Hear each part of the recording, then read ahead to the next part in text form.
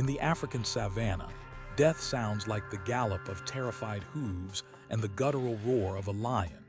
In the ocean, it is the frantic splashing of a school of fish breaking the surface. But in the oven world, death does not roar. Death hums. We are in the lowlands near the Great Lakes of molten lead. The atmosphere here is so dense that the air feels almost liquid, a heavy soup charged with vaporized metal particles. If you could be here without instantly incinerating, you would feel something strange in your teeth, a metallic tingle. The air smells of burnt ozone and imminent storm, but there are no clouds in the sky. The storm is on the ground, and it is watching you. That sound you hear, that low hum vibrating your sternum, is not the wind. It is the sound of thousands of biological capacitors charging in unison. The tension in the air just spiked 10,000 volts. To understand the killer, we must first understand its weapon. On Earth, we use piezoelectricity to light gas stoves. We strike a small quartz crystal with a spring-loaded hammer. The crystal structure deforms and releases a spark. Evolution on this planet has taken that principle and turned it into heavy artillery, presenting the Fulgoris Imperator. It doesn't look like an animal. It looks like a mobile fortification. It is a structure 3 meters tall, angular, bristling with crystalline spines and geometric plates. It has no soft skin. It is a polymer ceramic tank. The most fascinating thing is how it moves. It has no fleshy fiber muscles that contract and relax chemically.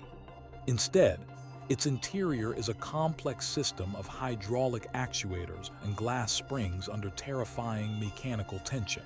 Every time the Fulgoris takes a step, it compresses massive plates of doped quartz inside its limbs. Click, click, click.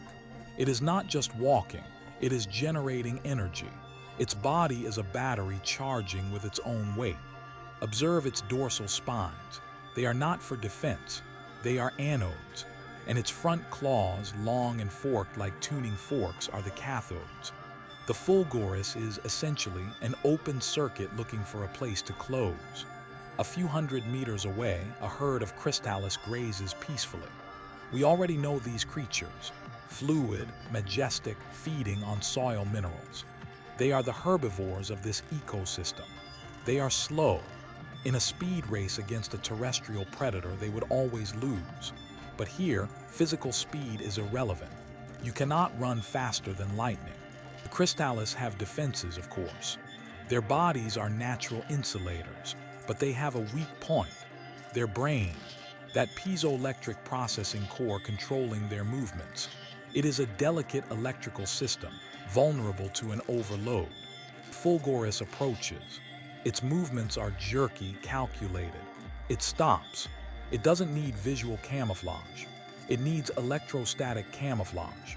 It reduces its electrical signature, grounding its excess charge into the soil. It positions itself upwind, not for scent, but for conductivity. The wind brings clouds of metallic dust from the lead lake. The air between predator and prey becomes more conductive. The path is laid. The attack does not begin with a leap. It begins with a lock. The Fulgoris plants its 4 rear legs deep into the rocky ground, anchoring itself. It extends its front tuning forks towards the nearest prey. Inside the predator, a cascade of biological valves opens. The mechanical tension, accumulated over days of walking, releases in a fraction of a second onto its internal crystal banks. Millions of piezoelectric cells scream at once. Crack, boom, there is no bite. There is no physical impact. A blue-white electric arc, brighter than the system's star, jumps from the Fulgoris claws. The air ionizes instantly, creating a plasma channel connecting predator to prey. The lightning strikes the Crystalis. It doesn't burn it externally. It turns it off. It is a directed biological EMP. The discharge of millions of volts travels through the prey's crystalline structure, seeking the path of least resistance, its nervous system. The Crystalis brain fries in a microsecond. Its fluid structure collapses, turning into an inert, hot glass statue. It falls to the ground with the sound of a chandelier crashing. The rest of the herd doesn't even run. The silence returns. The Fulgoris disconnects from its firing stance. Its capacitors are empty. Now it is vulnerable, slow. It needs to recharge, and it needs to eat. It approaches the crystallis corpse. On Earth, predators use teeth to tear flesh. Here, the problem is the prey is encased in solid ceramic armor. Biting it would break any jaw. The Fulgoris doesn't chew, it welds. It places its lower mandibles on the flank of the fallen prey. It generates a continuous low voltage but ultra-high amperage current. The contact point begins to glow. Red, orange, white. The prey's armor melts. Then it extends a heat-resistant glass proboscis and inserts the probe into the molten interior. It drinks the liquid silicates, the prey's blood magma. It is a smoothie of pure energy and construction materials. When we look at the history of human warfare, we see a technological progression, from stone through gunpowder to modern electromagnetic weaponry. We invented the taser. We invented the railgun. We feel proud of our ingenuity. But in the oven world, nature patented those technologies millions of years ago. Here, evolution didn't bother with claws or fangs. It skipped the biological stone age and went straight to the directed energy age. On this planet, survival is not for the strongest nor for the fastest. Survival is for the one with the highest capacitance.